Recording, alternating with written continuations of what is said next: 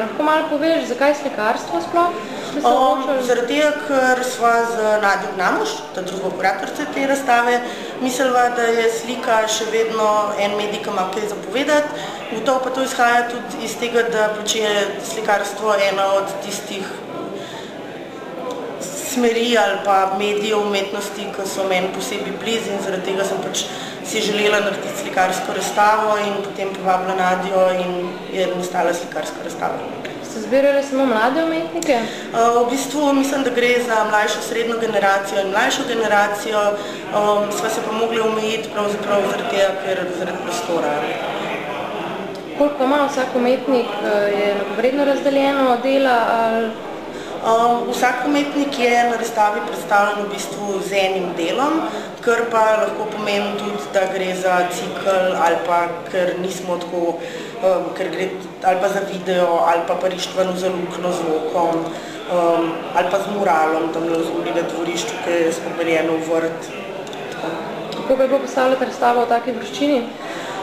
V bistvu smo se imeli ful dobro, zaradi tega, ker je veliko del nastajalo v galerijskem prostoru, tako da je bilo precej živahno, tam Sunice je barval, Sašo je slikal na steno, tako da je bilo fajn, pravzaprav veliko smo se družili in smo uživali. Ja, vroče je pa bilo, ampak smo popili velike razenske.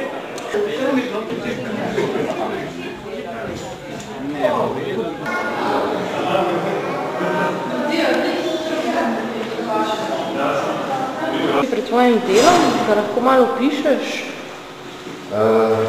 Ja, slika je v kovini, mešana tehnika, računalniški tisk, risba in pa barve kovina.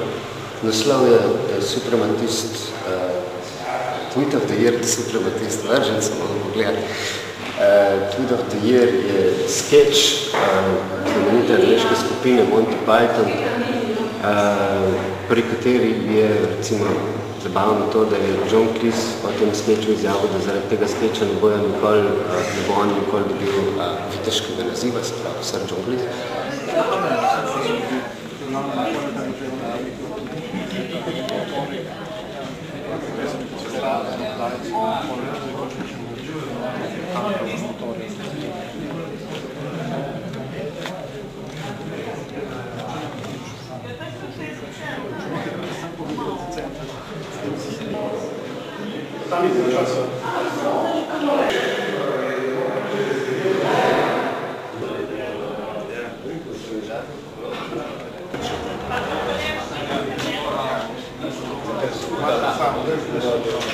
Stavno se